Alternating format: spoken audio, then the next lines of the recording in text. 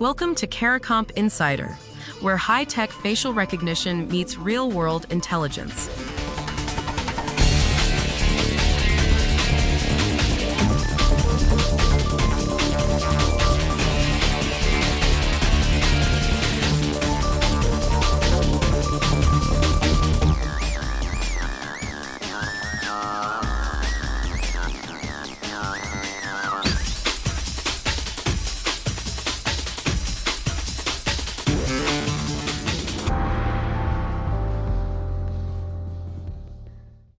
A fake video of Indian cricket coach Gautam Gambhir showing him resigning from his position racked up nearly 3 million views before anyone could stop it. 3 million. And by the time a court stepped in, the damage was already done. That story matters, whether you've ever heard of Gambhir or not. Because the same technology that put fake words in his mouth can put them in yours. Anyone who's ever appeared in a photo online, posted a video, or sat on a work call with their camera on, this is about you now. On March 26th, the Delhi High Court ordered Meta, Google, and Amazon to pull down deepfake content linked to that hoax. The platforms had 36 hours to comply. That's a court, not a tech company, not a policy team. Stepping in and saying synthetic media is a legal problem, not just a content moderation headache. And it raises a question that runs through everything we're about to cover. If courts are now treating fake video as something that demands proof of authenticity, what happens to all the real video that nobody's been proving is authentic either?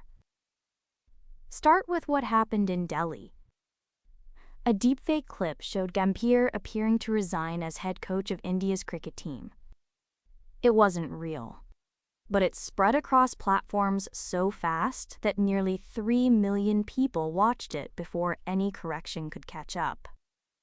Retroactive takedowns, pulling something down after it's gone viral, don't undo that kind of reach.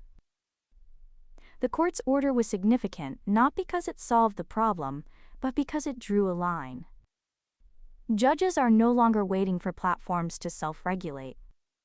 They're issuing deadlines. And Delhi isn't alone in moving the legal goalposts.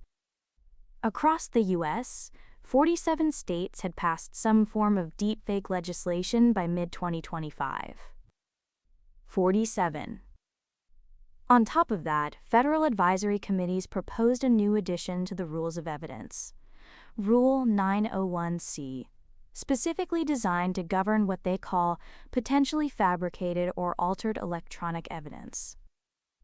In plain terms, that means before you can show a video or image in court, you may soon need to prove, with documentation, that it hasn't been tampered with. That's a massive shift.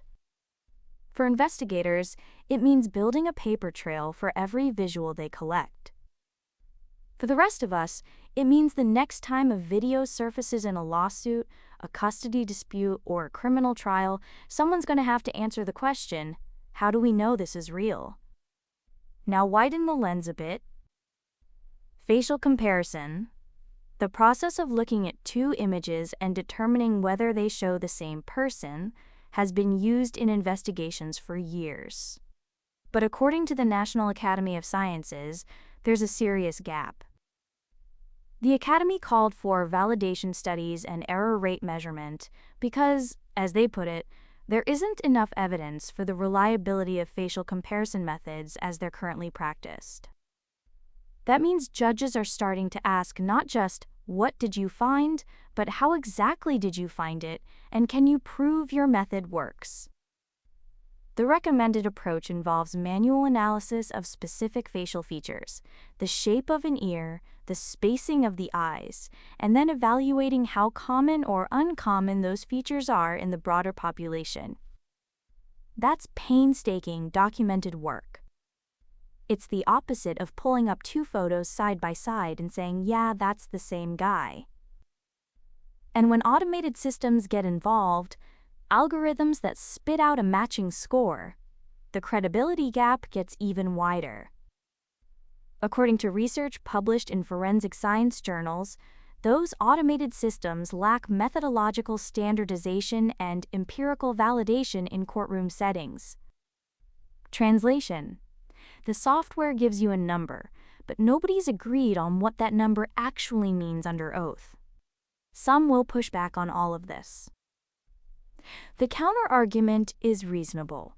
Most video evidence in modern cases is already trusted based on metadata and source documentation. Requiring heavy authentication for every clip could slow down legitimate investigations.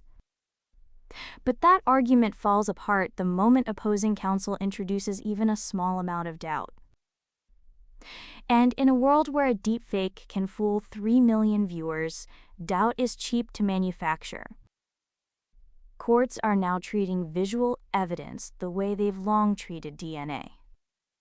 The burden hasn't just shifted from proving something is fake to proving something is real. It's shifted from the person challenging the evidence to the person presenting it. So a deepfake went viral. A court gave platforms 36 hours to take it down, and that single order cracked open a much bigger reality. 47 states are writing deepfake laws. Federal rules may soon require anyone submitting video as evidence to prove it hasn't been altered. And the methods investigators use to compare faces still lack the kind of standardized, validated framework that courts are going to demand. Whether you're building a case or just watching a video someone shared in a group chat, the era of taking images at face value is closing fast. The full story's in the description if you want the deep dive. Now you know something most people in this industry don't. Use it. And when you're ready to put it to work, caracomp.com. We'll see you tomorrow.